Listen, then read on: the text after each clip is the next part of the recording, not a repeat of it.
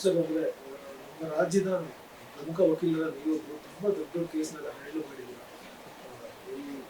ಈ ಪ್ರಕರಣವನ್ನು ಹಿರಿಯ ವಕೀಲರಾಗಿ ಯಾವ ರೀತಿ ನೋಡ್ತೀರಾ ಸರ್? ಅಂದರೆ ಈ ಥರದೊಂದು ಪ್ರಕರಣ ಇಡೀ ಪ್ರಪಂಚನೇ ತಲೆ ತಗ್ಗಿಸೋ ಸಾಧ್ಯತೆ ಇದೆ. ಒಬ್ಬ ವಕೀಲರಾಗಿ ಹ್ಯೂಮನ್ ಬೀಯಿಂಗ್ ಆಗಿ ಯಾವ ದೃಷ್ಟಿಕೋನದಲ್ಲಿ ಈ ಪ್ರಕರಣ ನೋಡ್ತೀರಾ ಸರ್? ಈ ಪ್ರಕರಣನ ಈ ಪ್ರಕರಣಕ್ಕೆ ಸಂಬಂಧಪಟ್ಟಂತೆ ಎರಡು ವಿಚಾರಗಳು ಮುಖ್ಯ ಆಗ್ತದೆ.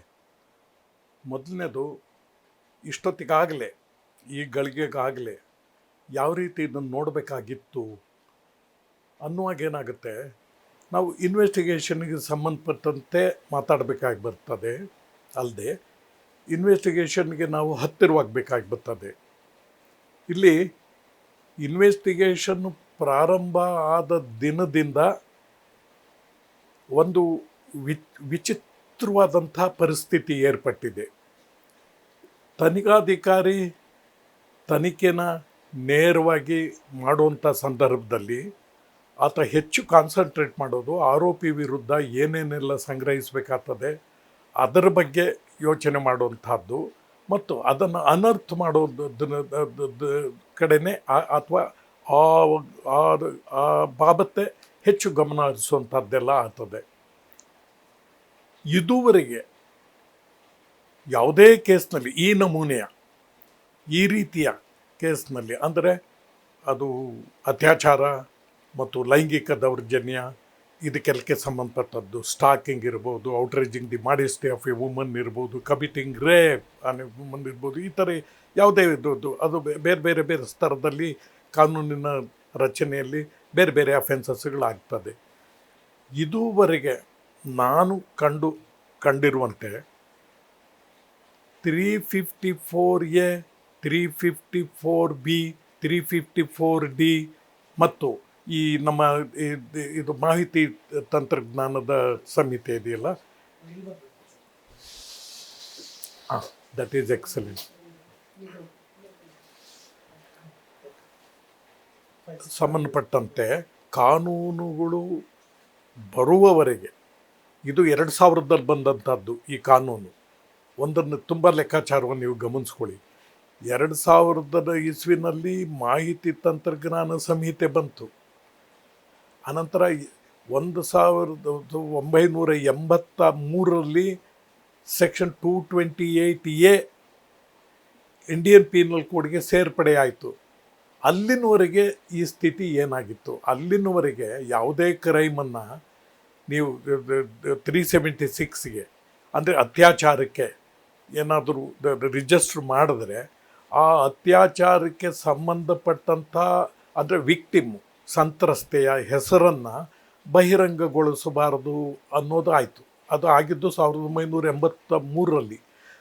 ಅತ್ಯಾಚಾರದ ಪ್ರಕರಣದಲ್ಲಿ ಸಂತ್ರಸ್ತೆಯನ್ನು ಗುರುತನ್ನು, ಐಡೆಂಟಿಟಿಯನ್ನು ಫಿಕ್ಸ್ ಮಾಡುವಂತಹ, ಅಥವಾ ಇಂತಹ ಮಹಿಳೆಯೇ ಇದರಲ್ಲಿ ಇನ್ವಾಲ್ವ್ ಆಗಿರೋದು, ಇದರಲ್ಲಿರೋದು ಅಂತ ಹೇಳಿ ಮಾಹಿತಿ ಬೇರೆಯವರಿಗೆ ಸಿಕ್ಕುವಂಥ ವಿಚಾರಗಳಿಗೆ ಸಂಬಂಧಪಟ್ಟಂತೆ ಆಕೆಯ ಹೆಸರನ್ನು ನೇರವಾಗಿ ಪಬ್ಲಿಷ್ ಮಾಡೋದು, ಅಥವಾ ಇನ್ನೊಂದು ತನಿಖಾಧಿಕಾರಿ ಇನ್ನೊಬ್ರಿಗೆ ಹೇಳೋದು, ಅವರು ಇನ್ನೊಬ್ರಿಗೆ ಹೇಳೋದು, ತನಿಖಾಧಿಕಾರಿಯಿಂದ ಗೊತ್ತಾಗೋದು, ಹೀಗೆಲ್ಲ ಇಂಥ ವಿದ್ಯಮಾನಗಳೆಲ್ಲ ಇರ್ತದಲ್ಲ, ಇದೆಲ್ಲ ಶಿಕ್ಷೆಗೆ ಒಳಪಡದಂಥ ವಿದ್ಯಮಾನಗಳಾಗಿದ್ದವು. ಇವ್ಯಾವ ಅಫೆನ್ಸಸ್ಸೇ ಆಗ್ತಿರಲಿಲ್ಲ. ಮೊದಲನೇ ಬಾರಿಗೆ 1983ರಲ್ಲಿ ಆದಂಥ ಬದಲಾವಣೆ ಏನು ಅಂದರೆ, ಹೆಸರಿಗೆ, ಅಂದರೆ ಸಂತ್ರಸ್ತೆಯ ಹೆಸರನ್ನು ಗೋಪ್ಯವಾಗಿಡಬೇಕು ಅನ್ನೋ ಕಾನೂನು ಬಂದದ್ದು. ಆದರೆ ನಮ್ಮ ಕಾನೂನು ರಚನಾಕಾರರಿಗೆ ನಂತರ ಸುಪ್ರೀಂ ಕೋರ್ಟಿನ ಡಿಸಿಷನ್ನ ಬೆಂಬಲದೊಂದಿಗೆ ಅಷ್ಟು ಸಾಕು ಅಂತ ಅನ್ನಿಸ್ಲಿಲ್ಲ. ಸುಪ್ರೀಂ ಕೋರ್ಟಿನ ತೀರ್ಮಾನಗಳ ಬೆಂಬಲ ಸಿಕ್ತು. ಆ ಕಾರಣದಿಂದಾಗಿ ಅವರು ಬೇರೆ ಸೆಕ್ಷನ್ಸ್ಗಳನ್ನು ಇಂಟ್ರಡ್ಯೂಸ್ ಮಾಡೋದಕ್ಕೆ ಮುಂದಾದರು. ಬೇರೆ ಸೆಕ್ಷನ್ಸ್ಗಳು ಇಂಟ್ರಡ್ಯೂಸ್ ಆದವು. ಅವುಗಳು ಅಂತಂದರೆ ಇವತ್ತು ಮಾಹಿತಿ ತಂತ್ರಜ್ಞಾನದ್ದು ಅದಕ್ಕೆ ಸಂಬಂಧಪಟ್ಟಂಥ ಸೆಕ್ಷನ್ಸ್ಗಳು 66E, 67 ಮತ್ತು 67A ಇವುಗಳೆಲ್ಲ ಬಂದು ಸೇರ್ಪಡೆ ಆಗುವಂಥದ್ದಾಯಿತು. ಆ ಸೇರ್ಪಡೆ ಆಗುವಂಥ ಸಂದರ್ಭದಲ್ಲಿ ಕೂಡ ಏನಾಯಿತು, ಕೇವಲ ಆಕೆಯ ಹೆಸರಲ್ಲ, ಆಕೆಯ ಐಡೆಂಟಿಟಿ ಹೆಸರಿನ ಮುಖಾಂತರ ಆಗೋದಲ್ಲ, ಆಕೆ ಯಾವ್ಯಾವ ಕೃತ್ಯಗಳನ್ನು ಮಾಡೋ ಸಂದರ್ಭದಲ್ಲಿ ಭಾಗಿಯಾಗ್ತಾಳೆ, ಯಾವ್ಯಾವ ರೀತಿ ಕೃತ್ಯವನ್ನು ಆರೋಪಿ ಮತ್ತು ಅವರು ಇಬ್ಬರು ಸೇರಿ ಒಟ್ಟಾಗಿ ಎಸಗ್ತಾರೆ. ಇದು ಈ ರೀತಿ ನಾನು ತಮಗೆ ಹೇಳಿದಂತೆ ಅದು 354 ಅಂದರೆ ಬರೀ ಲೈಂಗಿಕ ಕಿರುಕುಳಕ್ಕೆ ಸಂಬಂಧಪಟ್ಟಂತಾಗ್ಬೋದು, 354C ಲೈಂಗಿಕ ಒಂಥರ ದರ್ಶನ ತೃಪ್ತಿ ಆಗ್ಬೋದು, ಅಥವಾ 354D ಹಿಂಬಾಲಿಸೋದು, ಮಹಿಳೆಯನ್ನು ಹಿಂಬಾಲಿಸೋದು, ಸ್ಟಾಕಿಂಗು, ಹಿಂಬಾಲಿಸೋದು, ಎಲ್ಲಿ ಕೂತ್ಕೊತಾಳೆ ನೋಡೋದು, ಯಾರ ಮನೆಗೆ ಹೋಗ್ತಾಳೆ ನೋಡೋದು, ತನ್ನ ಮನೆಗೆ ಹೋಗ್ತಾಳೆ, ಪರರ ಮನೆಗೆ ಹೋಗ್ತಾಳೆ, ಪರರ ಮನೆಗೆ ಹೋದರೆ ವಿಚಾರ ಮಾಡ್ಕೊಳೋದು, ಹೀಗೆ ಹಿಂಬಾಲಿಸೋದು. ಈ ಹಿಂಬಾಲಿಸೋದು ಇವೆಲ್ಲ ಅಪರಾಧಗಳು ಆಗುವಂಥದ್ದಾಯಿತು. ಇದಕ್ಕೆ ಸಂಬಂಧಪಟ್ಟಂತೆ ಕೂಡ ಏನಾದರೂ ಚಿತ್ರೀಕರಣ ಯಾರಾದರೂ ಮಾಡಿದ್ರೆ ಆರೋಪಿನೇ ಚಿತ್ರೀಕರಣ ಮಾಡ್ಬೋದು. ಈಗ ಇದರಲ್ಲಿ ಈಗಿನ ನಮಗೆ ಈಗ ಕೈನಲ್ಲಿರ್ತಕ್ಕಂಥ ಈ ಪ್ರಕರಣ, ಪ್ರಜ್ವಲ್ರವರು ಪ್ರಕರಣ ತೊಗೊಳೋಣ ಉದಾಹರಣೆಗೆ, ಇದರಲ್ಲಿ ಅವರೇ ಚಿತ್ರೀಕರಣಗೊಳಿಸಿದ್ದಾರೆ ಅಂತ ಹೇಳ್ತಾ ಇದ್ದಾರೆ, ಅವರೇ ವಿಡಿಯೋಗಳನ್ನು ತಯಾರು ಮಾಡಿದ್ರು ಅಂತ ಹೇಳ್ತಾರೆ. ನಂತರದಲ್ಲಿ ಆ ವಿಡಿಯೋಗಳನ್ನೆಲ್ಲ ಸೇರ್ಪಡೆಯಾಗಿ ಪೆನ್ ಡ್ರೈವ್ಸ್ಗಳು ಹೊರಗಡೆ ಬಂದು ಅಂತ ಹೇಳ್ತಾರೆ. ಸುಲಭನಾಗೆಲ್ಲ ಅವು ಬೇರೆ ಬೇರೆ ಆಮೇಲೆ ಬೀದಿಗಳಲ್ಲಿ ಜನಗಳಿಗೆ ಸಿಕ್ಕುವಂತೆ ಆಯಿತು, ದೊರಕುವಂತೆ ಆಯಿತು, ಅದಕ್ಕೆ ಪ್ರಚಾರ ಹೆಚ್ಚು ಸಿಕ್ತು ಅನ್ನೋ ವಿಚಾರಗಳೆಲ್ಲ ಬರ್ತವೆ. ಇಂಥವಕ್ಕೆ ಕಡಿವಾಣ ಹಾಕುವಂಥ ಒಂದು ಪ್ರಯತ್ನ ನಡೀತು ನಮ್ಮ ಇದು ಮಾಹಿತಿ ತಂತ್ರಜ್ಞಾನ ಸಂಹಿತೆ ಬಂದ ನಂತರ. ಅದರಲ್ಲಿ ಚಿತ್ರೀಕರಣ ಮಾಡೋನು, ಚಿತ್ರೀಕರಣ ಮಾಡಿದವರು ಇನ್ನೊಬ್ಬರಿಗೆ ಕೊಡೋದು, ಅದನ್ನು ಚಿತ್ರೀಕರಣ ಮಾಡೋದ್ರಿಂದ ಪಡೆದಂಥವನು ಇನ್ನೊಬ್ಬರಿಗೆ ಕೊಡೋದು, ಎರಡನೇ ವ್ಯಕ್ತಿಗೆ ಮೂರನೇ ವ್ಯಕ್ತಿಗೆ ಕೊಡೋದು, ಆತ ಅದಕ್ಕೆ ಪ್ರಚಾರ ಸಿಕ್ಕುವಂತೆ ಮಾಡೋದು, ಅದು ಪ್ರಸಾರ ಆಗುವಂತೆ ಮಾಡೋದು.